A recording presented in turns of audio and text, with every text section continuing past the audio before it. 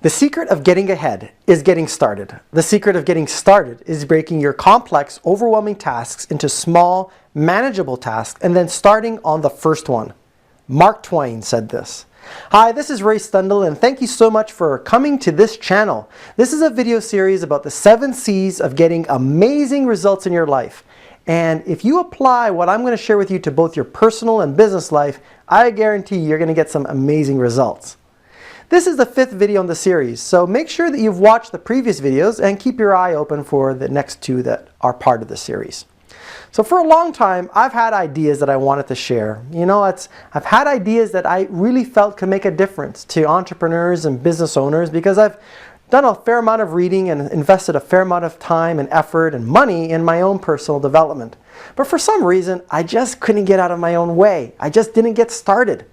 And I use this as an example because I think there are many folks out there that are watching this video that also are having a little trouble to get started. And I want to share with you some techniques and strategies that can help you get outside of your own way. Okay? So I call this system called my ignition system. And ignition is really all about how we can identify what motivates us to move us where we need to go. Now I know it sounds kind of simple, but hear me out on this. You see, we are all conditioned to move away from pain and move towards joy. Now, when you think about pain and joy in this context, I want to give you a scenario to think about. Right now, I want you to envision something that you really want in your life. Maybe you want to release 50 pounds.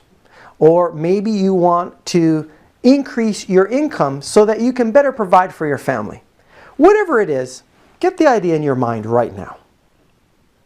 I'm going to assume you have that idea.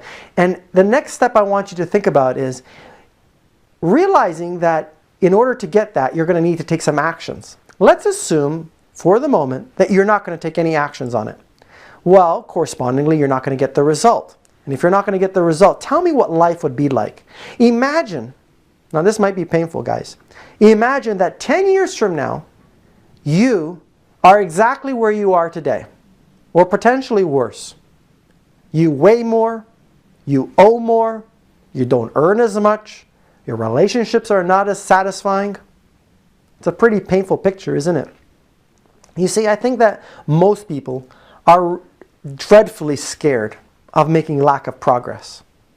They're scared of making lack of progress. They're also scared or fearful of failing. It's an interesting dichotomy. So why do I bring this up? Because we can use this negative energy in the positive. If we think about what life would be like 10 years from now with no results, that's pretty painful, wouldn't you agree? And therefore, that pain is something we can redirect, refocus towards taking the actions that we need to take, to getting started. We need to ask ourselves, what are the consequences of lack of action? Because it's sometimes really easy to think that other people are just going to come and rescue us. Family, friends, the government. It's not going to happen. It all belongs to you. You have to own it.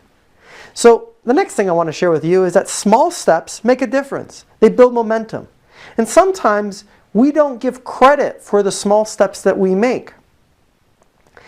It's so important for you to appreciate the small steps you make. You need to also understand that it's about building a habit.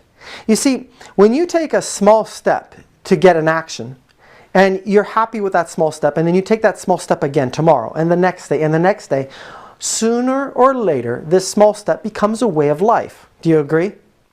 Now, I want you to keep this in mind because I can think of a really great scenario. Going to the gym.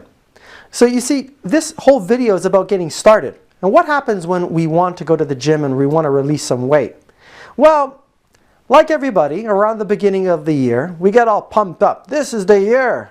I'm going to lose some weight or release some weight. It's better linguistics to think about it. Remember, you always find whatever you lose. Keep that in mind. Anyhow, people get started, but what happens? By February, they've stopped. Why? They've lost momentum. They lost the motive. The motive is no longer clear in front of their mind. And the reason I'm telling you this story is because it happened to me. And why did it happen to me? Because my motive in the beginning, I think it might be a smart idea to look a little bit better. Get a little bit more physically fit, I thought to myself. But guess what? That wasn't substantial enough. It didn't keep me on the prize. It didn't keep me focused. But as I started to shift and started to think about motives, I started to think about that question I asked you. And I asked myself, what would life be like if I didn't take action and, through lack of exercise and proper diet, health deteriorates? What would life be like? And as you think about the obvious things, about lack of energy, being lethargic, kind of being embarrassed when you take a picture, you know what I mean? I also started to think about the whole idea of longevity. Longevity. You see, all of us are like the hourglass with sand passing through the eye of the hourglass. And as each grain of sand passes by, that's another unit of time that is gone and gone forever. All of us want to be around. We want to be around when important things happen in our life. We want to be around when people in our life reach certain key milestones. Do you have children? Do you imagine what it's like when your children are going to graduate from school? When your children get married? When your children have a child? Pretty emotional things. But you know, when you think about longevity in terms of what you're going to miss, and now relate that back to your activities today, I think that's a different motive than thinking about simply walking around with a six-pack. Now, don't get me wrong. Having a six-pack is awesome. But longevity, at least to me, is more important. I want to be here. So I share this story with you because that's my story. That's what it took me to be able to start going to the gym. To go from nothing or very little to waking up at 6 o'clock in the morning. How did I do it? It shifted in my mind. Now, as you think about this, I want you to think about how you're going to build these daily actions into your life, how you're going to build momentum. And I want you to keep your eye on the broader picture, the milestones that you're going to use to get there. What actions do you need to take this week, this month, this quarter? Actually write them down. I have a whiteboard upstairs, and it says, this is what I need to get accomplished this week. Making these videos is on my list. And releasing them is on my list. You got to have a list of what you're going to do each week. And as you do this, you're going to build momentum. It's all about momentum. Ask yourself how you're going to measure your results. You have to be objective. Now, do you want to know what the biggest mistake people make is? The biggest mistake people make is they say they're going to do it someday. I hate that expression, someday. What the heck does someday mean? Monday, Tuesday, Wednesday, Thursday, Friday, Saturday, Sunday. I didn't say someday. See, someday doesn't exist. Someday is something that you hear from people who have no plan whatsoever to do it, but they don't want to say, I have no plan whatsoever to do it. They just say, oh, I'll get to it someday. Oh yeah, sure. 10 points. I don't think so. Thinking like that is not the way to think about it. You need to get really clear on when you're going to do things. And as you go through this process, I want you now to think about a best practice. And one of the best practices I can recommend to you that's made a huge difference, and I'm going to think it's going to make a big difference for you, is time blocking. Do you have a calendar? Great. Now what I want you to do is actually make a date with yourself to do what it is that you claim is important. If you think meeting with somebody else is important enough to put it on your calendar, I want to suggest that you meeting with yourself is more important. Put that on the calendar. Put it all on the calendar. You'll start to see that how you can better utilize the 168 hours that you have in a week. 168. Think about it this way. If there's 168 hours in a week and you say, I don't have time for that. Well, really? Well, 168 hours in the week is a fair amount of time to be able to do a lot of different things. If you strip out the time that you sleep, time that you eat, the time that you do basic errands, and you take a look at what's left, you're going to see there's more time than you thought you had.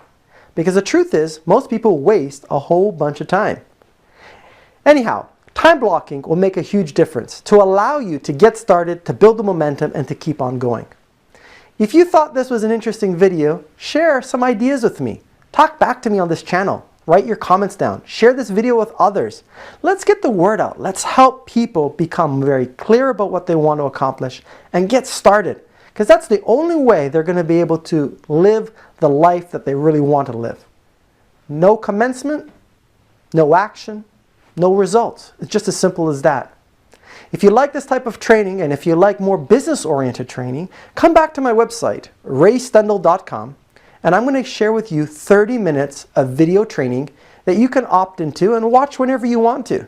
It all has to do with building, marketing, and selling amazing products and services that make a difference. I know you want to make a difference, so get started today and commence. Till we meet again, I look forward to talking to you. This is Stendall wishing you the very best.